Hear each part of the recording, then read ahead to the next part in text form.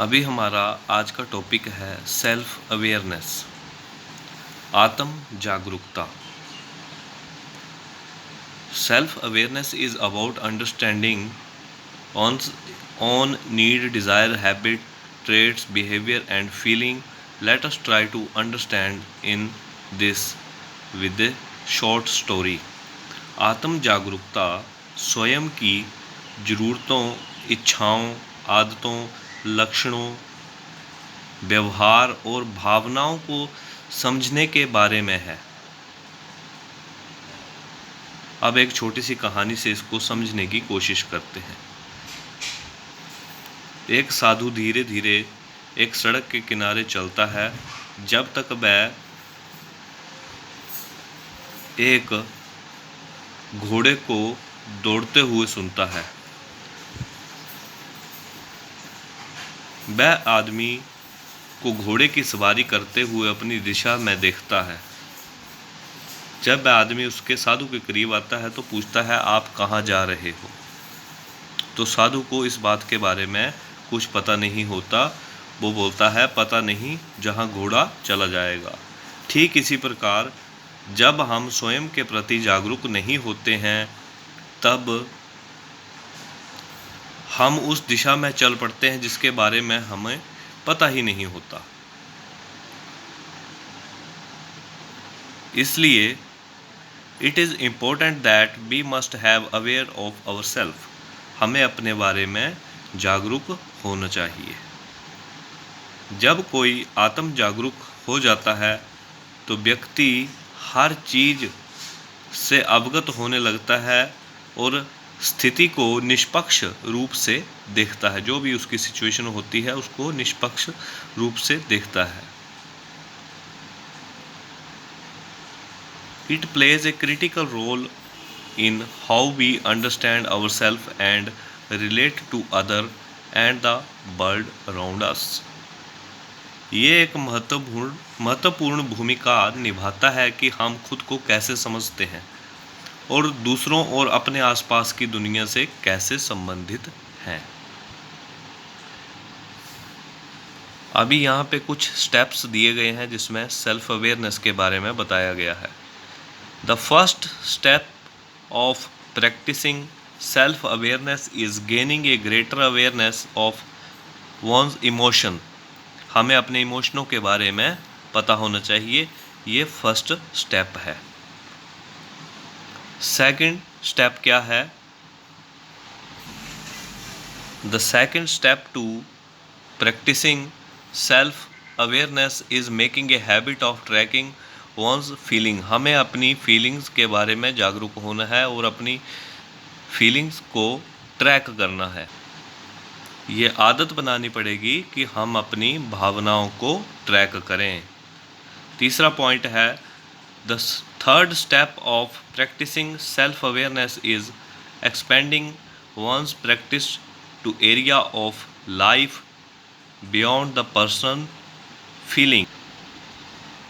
आत्म जागरूकता का अभ्यास करने का तीसरा पॉइंट ये है कि व्यक्ति की भावनाओं से परे जीवन के क्षेत्रों में अपने अभ्यास का विस्तार करना। अब सेकंड टॉपिक है personality and personality traits. Personality is a cluster of thoughts, feelings and behavior that make a person unique and different from other. व्यक्तित्व विचारों, भावनाओं और व्यवहारों का एक समूह है जो व्यक्ति को दूसरों से अलग बनाता है, यूनिक बनाता है। Personality traits are defined as relatively lasting patterns of thought, feeling and behavior that distinguish individual from one another. व्यक्तित्व लक्षणों को विचारों, भावनाओं और व्यवहारों के द्वारा परिभाषित किया जा सकता है, जो कि इसी वजह से व्यक्ति जो है दूसरे व्यक्तियों से अलग होते हैं। हर एक व्यक्ति का जो व्यक्तित्व है वो अलग है, इसीलिए कोई भी व्यक्ति जो है वो दूसरों से अलग होता है। अलग, हर एक व्यक्ति की अपनी अलग पर्सनैलिटी होती है।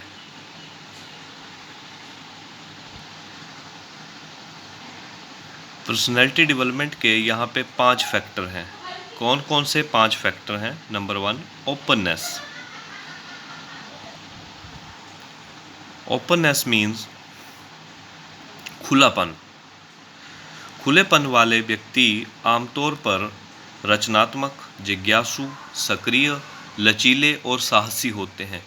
यदि कोई व्यक्ति नई चीज़ें सीखने के लिए नए लोगों से मिलने और दोस्त बनाने में रुचि रखता है और नई जगहों पर जाना पसंद करता है तो व्यक्ति को खुले विचारों वाला कहा जाता है। इसी चीज़ को हम ओपननेस कहेंगे।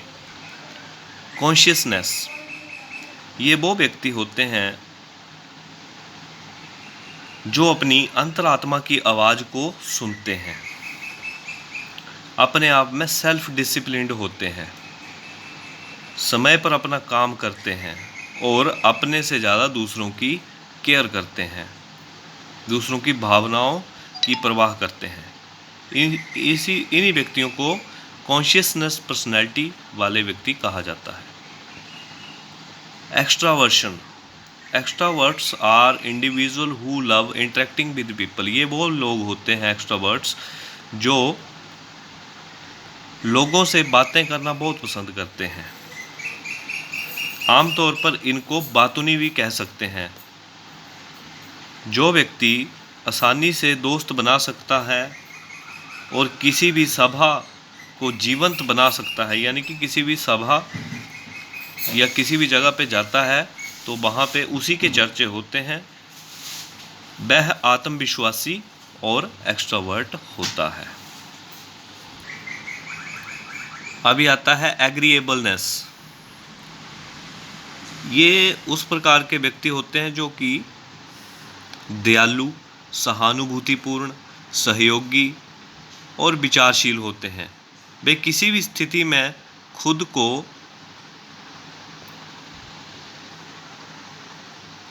ढाल सकते हैं। For example, people who help and take care of others are generally agreeable. उदाहरण के लिए, जो लोग दूसरों की मदद करते हैं और उनकी देखभाल करते हैं वे आमतौर पर सहमत होते हैं। ये इस प्रकार की पर्सनैलिटी के लोग होते हैं।